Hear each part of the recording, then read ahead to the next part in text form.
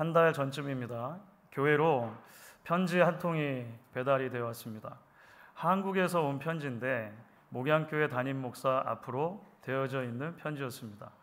도대체 한국에서 누가 저에게 교회로 편지를 보내나 싶어가지고 궁금한 마음으로 열어봤더니 이런 게 들어 있었습니다.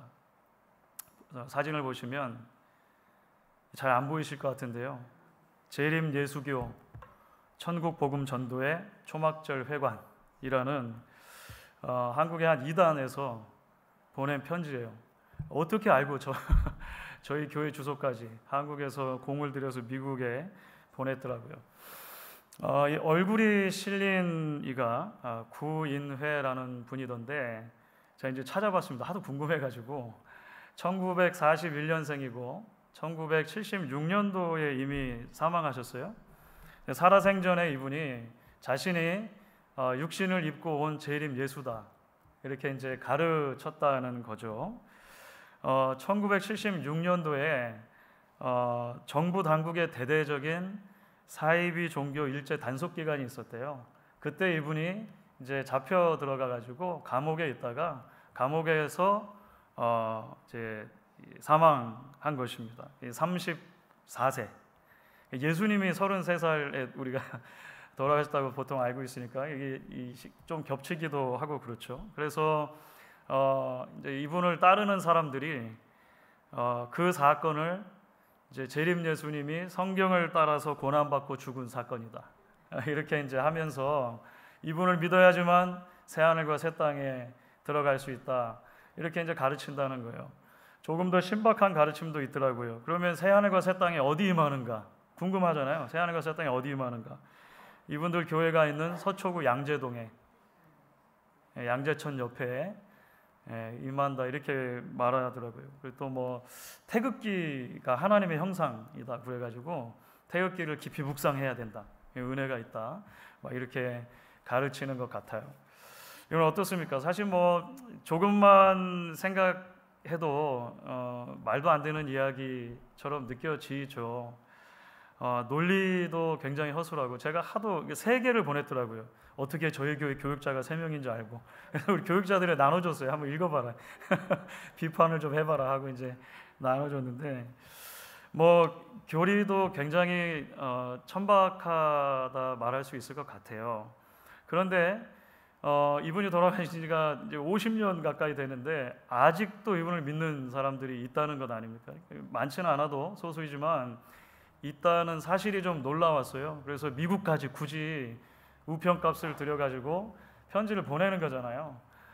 그런 생각을 해봤습니다. 그러면서 동시에 우리가 신앙을 가지고 살아가면서 바르게 믿고 바르게 살아가는 것이 여전히 얼마나 중요한 일인가라고 하는 그런 생각을 잠시 해봤던 것 같습니다. 우리는 고난받는 디아스포라 성도들에게 전한 사도 베드로의 첫 번째 편지를 계속해서 함께 묵상하고 있습니다. 사실 기억을 하시겠습니다만 사도 베드로는요 편지가 시작하자마자 편지 첫머리에 복음의 핵심을 곧장 이야기를 하면서 시작을 했습니다. 그것이 바로 이제 베드로전서 1장 1절과 2절 말씀이죠. 제가 한번 읽겠습니다. 예수 그리스도의 사도 베드로는 본도, 갈라디아, 갑바도기아, 아시아와 비두니아에 흩어진 나그네 곧 하나님 아버지의 미리 아심을 따라 성령이 거룩하게 하심으로 순종함과 예수 그리스도의 피뿌림을 얻기 위하여 택하심을 받은 자들에게 편지하노니 은혜와 평강이 더욱 많을지어다. 베드로는 편지를 시작하자마자 여러 곳에 흩어져 살아가는 그 디아스포라 성도들, 고난받는 크리스찬들에게 복음의 핵심이 무엇인지를 여러분들은 복음 안에서 어떤 사람인가라고 하는 것을 이야기를 하는 것이죠. 하나님이 만세 전부터 세상을 창조하기 이전부터 여러분을 아셨습니다. 여러분을 택하셨습니다. 이렇게 베드로가 말합니다. 그래서 아들 예수 그리스도 유일하신 구원자인 그 주님을 보내주시고 예수님의 죽으심과 부활을 통해 그 피값을 통해 우리를 사주셨습니다. 그래서 지금 여러분들이 흩어져 심기워 살아가는 자리자리들마다 여러분들이 하나님의 자녀로 부름받은 것입니다. 하나님의 백성으로 부름받은 것입니다. 그래서 여러분들은 너무나 존귀한 존재들입니다. 너무나 소중한 존재들입니다. 이렇게 베드로가 이야기를 했다는 거죠.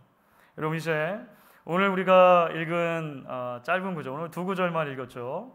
베드로전서 2장 11절 12절이었습니다.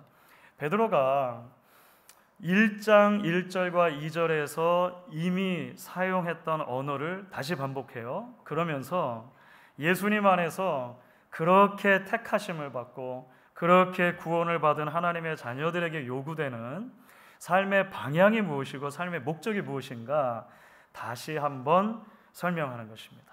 자, 이런 배경 지식을 가지고 오늘 본문 말씀인데요. 여러분, 이제 오늘 본문은 한 목소리로 같이 읽어주시면 좋겠습니다. 베드로전서 2장 11절과 12절입니다. 사랑하는 자들아, 거류민과 나그네 같은 너희를 권하노니 영혼을 거슬러 싸우는 육체의 정욕을 제어하라. 너희가 이방인 중에서 행실을 선하게 가져 너희를 악행한다고 비방하는 자들로 하여금 너희 선한 일을 보고 오시는 날에 하나님께 영광을 돌리게 하려 함이라. 아멘. 여러분, 오늘 이 짧은 두 구절을 통해서 사실은 베드로전서에 이제 새로운 단락이 시작이 되는데요. 어떻게 우리가 살아가야 할 것인가에 대한 좀 더 구체적인 이야기들이 앞으로 이제 진행이 될 것입니다. 오늘 읽은 이 짧은 구절을 한 문장으로 요약한다면 그 메시지를 어떻게 요약할 수 있을까요? 아마도 오늘 본문을 이렇게 요약할 수 있을 것 같습니다. 하나님의 영광을 위해 살아가는 세상 속의 성자들. 말이 좀 많죠. 몇 개가 이제 여러 가지 개념이 들어있긴 한데 이 짧은 두 구절을 요약하면 이렇게 될 수 있을 것 같아요. 하나님의 영광을 위해 살아가는 세상 속의 성자들로 우리가 부름을 받았다라고 하는 것입니다. 이게 어떤 의미가 있을까요? 그리고 좀 더 구체적으로 오늘 우리들에게 이 말씀의 메시지를 어떻게 적용할 수가 있을까요?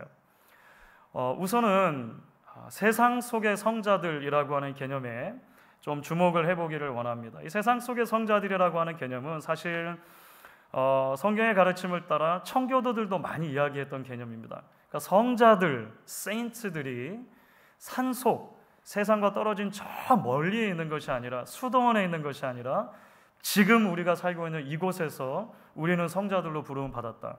그래서 청교도들은 이제 worldly saints, 세속적인 성자들 이렇게도 번역이 가능한데 그런 표현을 종종 쓰곤 했습니다. 여러분 11절에 보시면 아주 흥미로운 표현이 등장을 했어요. 그것이 무엇이냐면 거류민과 나그네라고 하는 표현입니다. 거류민과 나그네.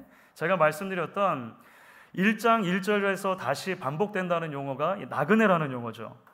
그러니까 베드로전서를 열자마자 사도 베드로는 여러분들은 나그네와 같은 사람들입니다 이렇게 말했다는 거예요. 그런데 거기에다가 이제 2장으로 넘어오니까 거류민이라고 하는 하나의 단어를 덧붙였습니다. 거류민과 나그네 이렇게 됐죠.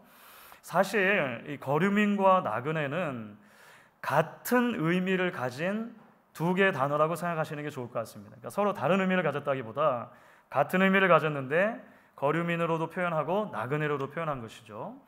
핵심은 무엇이냐면 둘 모두 본향을 떠나서 다른 지역에 일정 기간 머무는 사람들을 말한다는 거예요. 우리가 이제 나그네라고 하는 단어를 설명할 때 첫 시간에도 그런 말씀을 드렸을 것입니다. 그러니까 거류민과 나그네로 우리는 이 땅을 살아갑니다 라고 하는 이 성도의 신분과 관련된 본질이 성경 전체 맥락에서 보면 늘 두 가지의 관점으로 우리에게 다가오는 것입니다. 약간 긴장관계에 있긴 하지만 두 가지예요. 첫 번째는 뭐냐면 우리는 그렇기 때문에 돌아갈 본향이 있는 사람들이라고 하는 것입니다. 그러니까 우리가 지금 머무는 이곳이 영원한 곳이 아니라 절대적인 곳이 아니라 반드시 다시 돌아가야 할 곳, 고향, 본향이 있다는 것이죠. 지난주 수요일에도 수요 예배 때 대표 기도를 하신 한 집사님께서 그런 기도를 하셨어요. 우리가 돌아갈 본향이 있는 사람들입니다. 그것을 잊지 않게 해주십시오. 마음이 굉장히 따뜻해졌습니다. 여러분 생각해 보면 있잖아요. 우리가 살고 있는 이 세상은 아침에 눈을 떠서 저녁에 눈을 감을 때까지 여기서 우리가 소유하는 것, 여기서 누리는 것, 여기서 성취하는 것이 전부라고 아우성치는 것만 같습니다. 어떻게 하든지 우리에게 그것을 설득시키려고 하는 것이 이 세상의 가치관들인 것 같아요. 이 땅 너머는 생각할 필요도 없습니다. 우리가 알 수 없는 영역입니다. 그러니 생각하지도 말아야 됩니다. 이렇게 자꾸 말하는 것처럼 느껴지죠. 하지만 사랑하는 여러분, 성경은 우리에게 분명히 말합니다. 빌립보서 3장 20절 우리가 잘 아는 말씀이죠. 그러나 우리의 시민권은 하늘에 있는지라. 우리는 하늘에 속한 백성이라고 하는 거예요. 돌아갈 본향이, 돌아갈 고향이 있는 사람들이다라고 하는 것, 여러분들 그것을 잊지 마십시오. 성경은 구약에서부터 신약까지 지속적으로 그런 이야기를 합니다. 동시에 여러분, 그럼에도 불구하고 또 하나 우리가 생각해야 할 것이 있죠. 거류민과 나그네라고 하는 이 표현 안에 그렇지만 이 땅에서의 삶에 대한 책임감 혹은 일상에 대한 소중함에 대한 개념도 함께 포함되어 있다는 것입니다. 왜냐하면 거류민 나그네라고 하는 표현은 관광객하고 다르기 때문에 그래요. 첫 시간에도 그 말씀을 드렸을 거예요. 단순하게 여행자의 개념이 아니기 때문에 그렇습니다. 하나님의 백성들은 비록 본향을 사모하지만 마음 깊은 곳에 이 땅의 전부가 아니라고 하는 믿음을 분명히 가지고 있지만 동시에 여기 머무는 동안은 우리에게 하나님께서 주신 이 삶에 대해서 소중하게 생각하고 책임감을 가지고 살아야 할 백성들로 부름받는다는 거예요. 그래서 세상 속의 성자들이라고 하는 개념이 중요한 것입니다. 그런 의미에서 보면 요한복음 17장에 예수님의 기도가 대단히 의미심장합니다. 요한복음 17장은 사실 이제 예수님의 대제사장적인 기도다 보통 이렇게 알려져 있어요. 예수님께서 십자가에 달리시기 직전입니다. 잡히시기 직전에 제자들을 위해서, 교회를 위해서 마치 유언과도 같은 기도를 해주시거든요. 그 중에서 이제 15절, 16절 말씀인데 같이 한 목소리로 읽어주시면 좋겠습니다. 내가 비옵는 것은 그들을 세상에서 데려가시기를 위함이 아니요 다만 악에 빠지지 않게 보존하시기를 위함이니이다. 내가 세상에 속하지 아니한 같이 그들도 세상에 속하지 아니하였사옵나이다. 여러분 좀 흥미롭지 않습니까? 예수님께서 마지막으로 대제사장적인 기도를 드리시면서 제자들을 위해 기도하시는데 하나님, 제가 부활하고 승천할 때 우리 제자들 불쌍하니까 곧바로 본향으로 가게 해주세요. 저와 함께 그냥 바로 직행열차 있잖아요. 곧바로 천국 가게 해주세요. 예수님이 그렇게 기도를 하지를 않으세요. 오히려 아버지, 저들이 내가 다시 돌아올 때까지 이 세상에 있되 이 세상에 속하지는 않게 해주세요. 이렇게 기도하시죠. In the world, 이 세상에 있되 not of the world, 이 세상에 속하지는 않게 해주세요. 이것이 예수님의 기도죠. 바로 이것이 정확하게 거류민과 나그네로 살아가는 성도들의 삶이라고 하는 것입니다. 이 세상을 떠난 성자의 삶, 여기서는 다 이룰 수 없으니까 그냥 저 본향만 바라보면서 거기서 이룰 완성된 거룩만을 생각하는 것이 아니라, 물론 그때 완성이 되겠지만 이 땅에 발 딛고 살아가는 매일매일의 삶 속에서도 하나님 기뻐하시는 거룩의 열매를 맺는 그러한 성자들로 부름을 받는다는 것입니다. 여러분, 작년 말입니다. 한국의 한 대형 교회에서 안타까운 일이 하나 있었습니다. 이게 좀 조심스럽게 합니다. 너무 제가 가십처럼 옮기는 것이 될까봐 조심스럽긴 한데, 뭐 이름만 들어도 아주 큰 교회입니다. 초대형 교회였는데, 이제 큰 교회들은 이 방송실 운영도 아주 전문적으로 진행이 될 수밖에 없죠. 그러니까 직원들을 아예 고용하는 것입니다. 직원들을. 그런데 그 방송실에서 섬기던 영상 제작 팀장이 작년 말에 사망하는 일이 있었어요. 원인이 뭐냐면 과로사입니다. 쉽게 말하면 교회에서 너무 일을 많이 해서 돌아가신 거예요. 너무 과중해가지고. 그러니까 작년 말에 한 3주 정도 걸쳐서 이제 교회에서 특별 기도회가 있다는 거예요. 그러니까 너무 경무에 이제 쉬지 못하고 그렇게 시달린 거죠. 교회 직원이 교회 일을 하다가 과로사했다라고 하는 것만으로도 충격이잖아요. 근데 이제 그 이후에 그 일을 처리하는 방식에서도 문제들이 계속 지적이 됐던 것 같아요. 교회가 잘못을 인정하고 마음을 다해서 가족을 위로해야 하는데 그렇지를 못했던 것 같습니다. 이런 일들이 생기면 교회라고 하는 것은 도대체 무엇인가? 교회 공동체가 그리스도의 몸이라고 하는 것, 유기체라고 하는 게 도대체 어떤 의미를 가지는가 돌아보면 좋겠죠. 그런데 그렇지를 못했던 것 같습니다. 그러니까 기계처럼 또는 여느 기업처럼 대형 교회가 운영되는 것에 대해서 스스로를 돌아보지 못했던 것 같아요. 그러다 보니까 일반 신문들이 기사를 쏟아낸 거예요. 이게 기독교 신문이 아니고 일반 신문에서 이제 막 그 기사를 쏟아내면서 그 근로기준법 교회가 왜 안 지키냐 이렇게 이제 조언하는 거죠. 개선이 필요하다. 교회들도 개선이 필요하다. 그런 이제 이야기를 해요. 아이러니하지 않습니까? 세상의 소금과 빛으로 교회가 부름을 받잖아요. 성도들이 부름을 받잖아요. 그러니까 썩어가는 것은 부패를 방지하고 어두운 것은 밝히는 사명으로 교회가 부름을 받는데 오히려 비상식적인 모습을 교회가 우려하고 조언하고 쓴소리를 아끼지 않는 그런 모습을 보는 것 같습니다. 여러분 어쩌다가 이렇게 됐을까요? 굉장히 조심스럽다는 말씀을 저는 계속 드립니다. 왜냐하면 뭐 큰 대형 교회뿐만 아니라 어느 교회나 적용될 수 있는 문제일 수도 있기 때문입니다. 말로는 우리의 시민권이 하늘에 있다라고 하지만 결국은 이 땅에서 커지고 더 강해지고 더 많이 누리려고 하는 우리의 욕망 때문은 아닌가라고 하는 생각을 어쩔 수 없이 하게 되는 것 같습니다. 주기도문 내용에 빗대면 이렇게 말할 수도 있겠죠.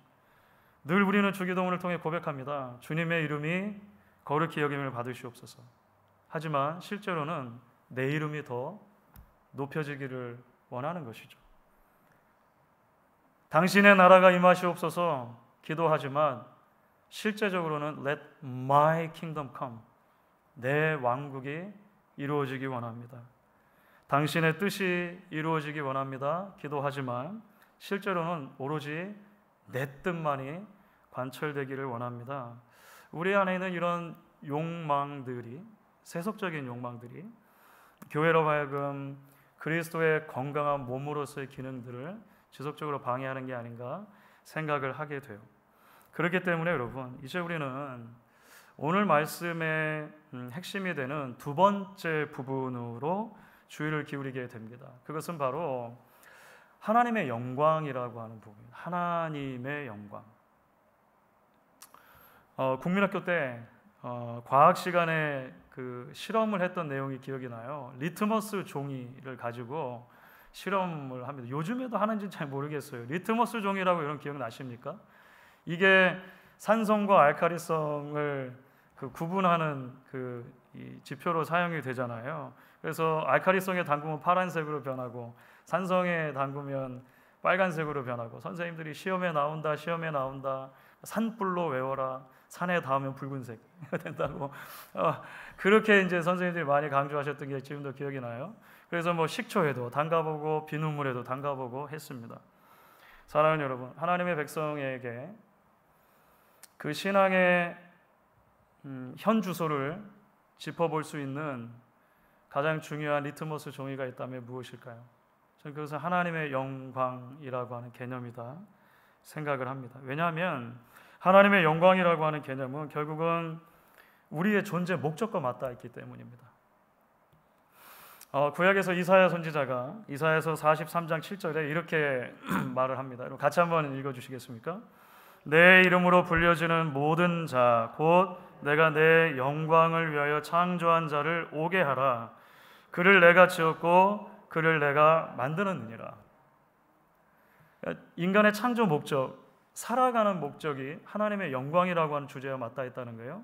비슷한 개념을 이사야서 43장 21절은 이렇게 표현합니다. 이 백성은 내가 나를 위하여 지었나니 나를 찬송하게 하려 함이니라. 그렇죠. 여러분 그래서 교육주의 신앙 고백의 기본적 뼈대를 담고 있는 여러 그 요리 문답 가운데 이제 웨스트민스터 소요리 문답이라는 것도 있어요. 여러분 아마 소요리 문답 중에 그 1번은 너무나 많이 들어서 알고 계실 거예요. 소요리 문답 1번에 질문과 답이 이렇게 돼 있죠. 질문은 사람의 저일된 목적이 무엇입니까? 이렇게 묻죠. 답은 무엇입니까? 같이 있습니다. 사람의 저일된 목적은 하나님을 영화롭게 하며 영원토록 그를 즐거워하는 것입니다. 그러니까 진짜 신앙은 무엇인가? 참 신앙은 무엇인가? 나의 영광이 아닌 하나님의 영광을 위해 사는 것입니다. 참 믿음은 이 세상의 유한한 것들이 아닌 무한하신 하나님을 즐거워하는 것입니다. 하나님의 영광에 내가 어떻게 반응하고 있는가? 그게 리트머스 종이라네, 리트머스 종이. 그런데 여러분, 이쯤에서 혹시 이런 질문이 생길 수도 있습니다. 하나님의 영광, 하나님의 영광. 교회 가면 늘 그런 이야기를 하는데 하나님의 영광을 위해서만 살아야 한다면 도대체 내 삶의 진짜 의미는 뭔가? 이런 질문이에요. 다시 말하면 나는 하나님의 들러리인가? 평생 하나님의 꼬붕으로 사는 건가? 그런 거 있잖아요. 하나님의 영광만을 위해 산다면 내 삶의 의미는, 내 삶의 가치, value가 어디에 있느냐라고 하는 것입니다. 그런데 여러분, 우리가 성경의 전체적인 메시지 흐름을 보시게 되면 있잖아요. 우리를 하나님의 영광을 위한 존재로 창조하시고 부른 것 자체가 사실 은혜라고 하는 것을 보게 됩니다. 왜냐하면 여러분 생각해 보십시오. 하나님은 우리가 하나님께 영광을 돌려야만 비로소 영광스러우신 분이 아니기 때문이에요. 우리를 사실 창조하지 않으셔도 하나님은 홀로 완전하시고 우리가 하나님께 막 영광을 막 돌려드리고 이렇게 안 해도 하나님은 스스로 영광스러운 분이세요. 우리가 우리 인생을 통해서 하나님께 영광을 막 돌려드리지 않으면 하나님이 막 초라해지십니까? 하나님이 우리를 창조하지 않으시면, 우리가 교제하지 않으시면 하나님 막 너무 외로우시고 막 그러십니까? 아니에요. 우리 하나님을 대단히 오해하는 거예요. 그렇게 되면 왜 홀로 영광스러우신 그 하나님이 당신의 영광을 위해 우리를 창조하시고 그 영광을 위해 살아가라 하십니까? 하나님을 위해서가 아니라 우리를 위해서인 거예요. 생각해보면 우리를 위해서. 여러분, 원래 우리가 하나님의 형상으로 창조가 됩니다. 하나님께서 놀랍게도 모든 피조물 가운데 인간에게 하나님의 형상을 허락하시고 하나님의 영광을 나누어 주시는 거예요. 너무 존귀한 존재로 만들어 주신 거죠. 하나님께서 창조하신 피조 세계를 대신해서 통치하라고 말씀하십니다. 문제는 죄이죠. 죄가 들어온 뒤에, 타락한 뒤에 인간이 하나님의 영광을 잃어버려요. 자, 여러분, 하나님의 영광을 잃어버렸을 때 인간에게 남은 게 뭐죠? 부끄러움입니다. 수치입니다. 그러니까 성경에서 영광이라고 하는 개념에 반대에 있는 개념은 수치일 때가 굉장히 많이 있습니다. 그래서 인간이 죄를 짓고 나서 가장 먼저 한 일이 뭐냐면 하나님의 낯을 피한 거예요. 숨은 거예요. 부끄러운 것입니다. 그리고 인간들끼리도 서로도 부끄러우니까 나뭇잎을 얼기설기 엮어가지고 자신의 부끄러움을 가리려고 했습니다. 그런데 여러분, 그렇게 해서 수치가 가려집니까? 안 되죠. 우리의 수치는 우리가 가릴 수 있는 게 아닌 거예요. 우리의 부끄러움은 우리가 해결할 수 있는 게 아닌 것입니다. 하나님이 가려주셔야 되죠. 하나님이. 에덴 동산에서 보시면 있잖아요. 하나님이 인간을 위해 그래서 짐승을 잡으세요. 짐승을 잡고 그 피를 흘리고 그 가죽으로 옷을 지어서 인간들에게 입혀주십니다. 이것은 먼 훗날 하나님의 구원 역사가 펼쳐질 때 아들을 보내주시고 그 아들의 피값을 통해 죄인들의 죄를 덮어주시는, 그 부끄러움을 덮어주시는 구속사건을 내다보게 하죠. 다시 한번 하나님께서는 예수 안에서 우리에게 영광을 회복시켜 주신 것입니다. 하나님의 영광을 위해 살아가시는 존재로 다시 불러주시죠. 여러분, 왜 성경은 그토록 우리에게 하나님의 영광을 위해 살라고 하십니까? 우리가 하나님의 영광을 위해 살아갈 바로 그때 우리가 가장 존귀하기 때문입니다. 하나님의 영광을 위해서 살아가는 우리는 막 없어지고 우리의 인생은 아무런 의미가 없고, 그것이 아니고 그때 비로소 가장 가치 있고 그때 비로소 가장 완전하게 우리가 이 땅에 존재하는 목적을 이룰 수 있기 때문에 그런 거예요. 하나님의 영광을 위해 살아가는 나그네로 우리를 부르신 것은요, 그래서 은혜인 것입니다. 그래서 사랑인 것이죠. 자, 여러분, 이런 성경의 구원 이야기를 기억하며 우리가 12절 말씀을 다시 읽습니다. 그러면 놀라운 것을 발견하게 돼요. 12절 한번 다시 한번 읽어주시겠습니까? 너희가 이방인 중에서 행실을 선하게 가져 너희를 악행한다고 비방하는 자들로 하여금 너희 선한 일을 보고 오시는 날에 하나님께 영광을 돌리게 하려 합니다. 우리가 그렇게 하나님께 영광을 돌리며 살아가야 하는 삶의 현장이 어디라는 거죠? 베드로는 지금 디아스포라로 흩어져 살아가면서 고난 가운데 있는 성도들에게 여러분 다 교회로 모이십시오. 교회에 모여서 여기서 하나님께 실컷 영광을 돌리며 살아갑시다 라고만 말하고 끝나지 않는다는 거예요.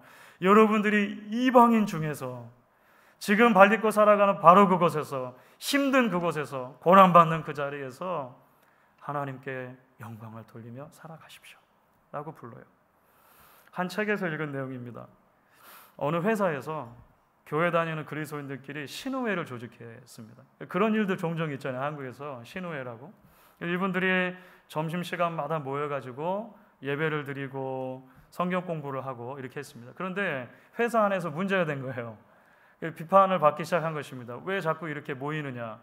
특히 한 간부가 이제 공개적으로 계속 이제 비난을 하니까 신우에 소속되어 있던 한 분이 이제 공개적으로 그분에게 이제 항의를 한 거죠.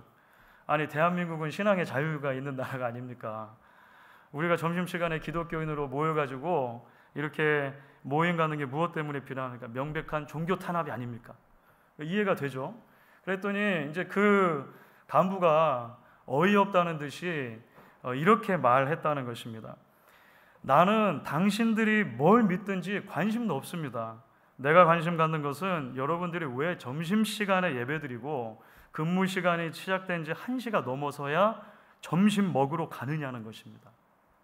다른 직원들 모두 사무실에 돌아와서 일하는 시간에 당신들은 식당에서 밥 먹으면서 잡담하고 있지 않습니까? 자기 책임을 다하지 않는 것이 그리스도인입니까? 이렇게 반문했다는 거예요. 이건 무슨 말씀이 이해가 되시죠? 아니 점심시간에 뭐 공부하는 게 무슨 문제가 있겠습니까? 문제는 뭐냐면 자기들끼리만 extended lunch time 늘려가지고 일하는 시간에 일하지 않고 또 점심 먹으러 나간다는데 문제가 있는 거죠. 사랑하는 여러분, 교회에 모여서 우리가 함께 예배하고 찬양하고 기도하고 교제하는 건 너무나 중요한 일입니다. 그러니까 모이는 교회의 중요성은 아무리 강조해도 지나침이 없죠. 하지만 동시에 흩어지는 교회에도 중요한 것입니다.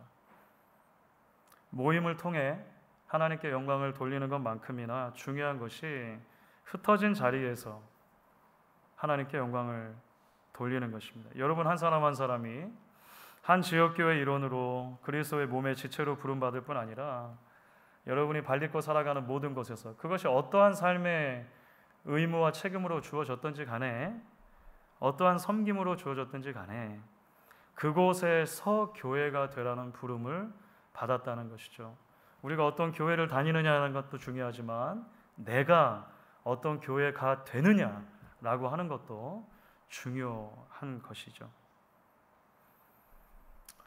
작년 9월에 한국을 방문했을 때입니다. 벌써 1년 가까이 되네요. 25년 만에 한국 방문이다 보니까 만나는 이들마다 반가움이고 또 가는 곳마다 새로움이었던 것 같습니다. 아내하고 옛날 생각을 하면서 강남역을 좀 돌아다니다가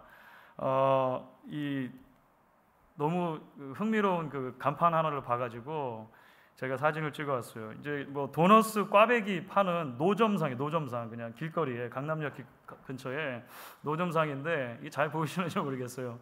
조그만 그냥 노점상에 위에 이렇게 써 있는 거예요. 강남 도너츠 원조 경력 22년. 단 하나의 도너츠라도 샤넬처럼 만들겠습니다. 보이시는지 모르겠어요. 샤넬 마크도 써 있더라고요. 단 하나의 도너츠라도 샤넬처럼 만들겠습니다. 대단히 감사합니다. 밑에는 오늘 먹을 꽈배기를 내일로 미루지 말라 뭐 이런 것도 있는데 실제로 그렇게 하시는지 안 하시는지 뭐 제가 확인을 안 해봤어요. 너무 더워가지고 뭐 꽈배기 사 먹을 정신도 없었긴 했는데 어쨌든 그 마음은 다가오잖아요. 도너츠 하나 만들더라도 내가 22년 동안 만들었지만 오늘 또 도너츠 하나를 만들더라도 모든 정성과 힘을 다해서 만들겠습니다. 이렇게 말하는 거잖아요, 그렇죠?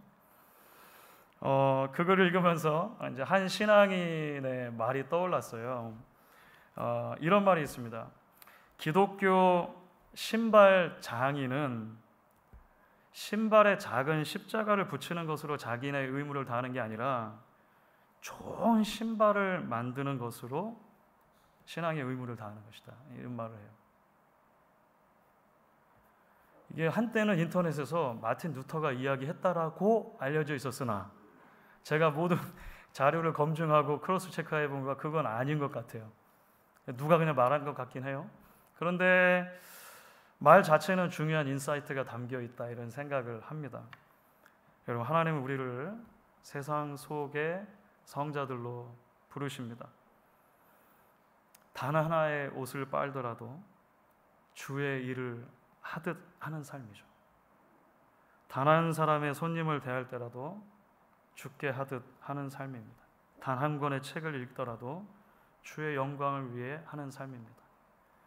내게 맡기신 아주 작은 섬김과 봉사라 하더라도 그것이 하나님이 자신의 전부를 내게 맡기신 것처럼 감당하는 것입니다.